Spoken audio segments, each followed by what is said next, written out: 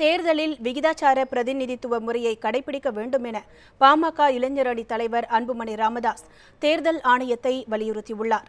இது தொடர்பாக டெல்லியில் தலைமை தேர்தல் ஆணையர் நஜீம் ஜெய்தியை சந்தித்து அவர் மனு அளித்துள்ளார். அவருடன் நமது செய்தியாளர் நிரஞ்சன் நடத்திய கலந்துரையாடலை தற்போது பார்க்கலாம். சார், இன்னைக்கு இந்த தலைமை தேர்தல் அதிகாரியுடனான உங்கள் சந்திப்பில் முக்கியத்துவம் என்னென்ன மாதிரியான விஷயங்களை அவர்கிட்ட வலியுறுத்தியிருக்கீங்க? இன்னைக்கு திரு ஜைதி அவர்களை சந்தித்து இனி வரும் காலத்தில் மிகப்பெரிய தேர்தல் சீர்திருத்தங்களை கொண்டு வர வேண்டும் என்று வலியுறுத்தியிருக்கின்றேன். தொடர்ந்து நாங்கள் ஓராண்டு காலமாக புகார்கள் கொடுத்தோம்.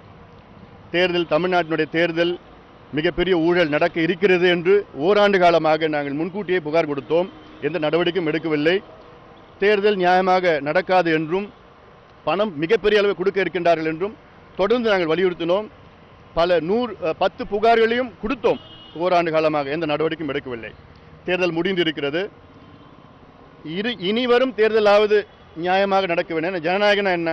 மக்கள் ஆட்சி தான். அது ஜனநாயகத்தின் அடித்தளம். அந்த மக்களுடைய ஆட்சி தேர்தல் மூலம், அந்த தேர்தல் தான் ஜனநாயகத்தின் அடித்தளம். அது நியாயமாக நடக்கணும். தேர்தல் ஆணையம் நீங்கள் குறிப்பிட்ட சீர்திருத்தங்கள் அனைத்தையும் ஏற்றுக்கொண்டாலும் கூட அவங்க சொல்றது இதற்கான அதிகாரங்களுக்கு இல்லை, நாடாளுமன்றத்தில் தான் சட்ட திருத்தம் கொண்டு வரணும் அப்படின்னு. அப்போ ஒரு நாடாளுமன்றத்தில் ஒரு உறுப்பினராக இருக்கக்கூடிய நீங்கள், ஒரு மூத்த அமைச்சராக இருந்தவங்க, நீங்கள் இந்த விஷயத்தை நாடாளுமன்றத்தில் என்ன மாதிரி பிரதிபலிக்க போறீங்க? இந்த வருகின்ற கூட்டத்தொடர்களில் என்ன மாதிரியான உங்களுடைய செயல்பாடு இருக்கும்? இல்லை, அதுக்காக தான் இப்போ நான் எடுத்துகிட்டு இருக்கேன்.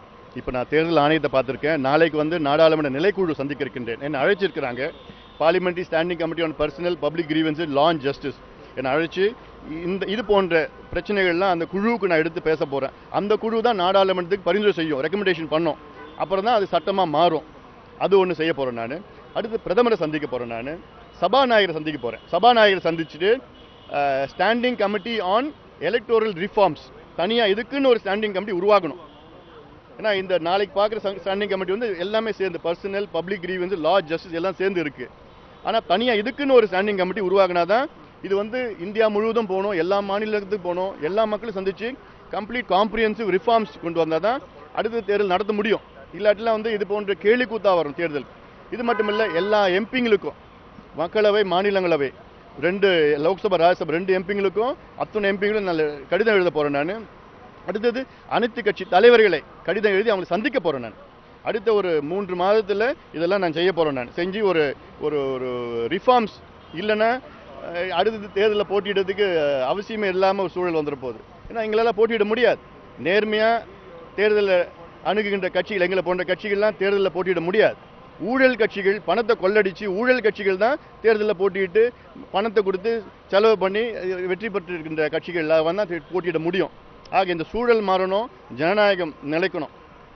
வருகின்ற நாடாளுமன்ற கூட்டத்தொடரில் அன்புமணி அவர்களுடைய குரல் ஓங்கி ஒலிக்கும்னு நம்பலாம். உங்களுடைய கருத்துக்களுக்கு நன்றி சார்.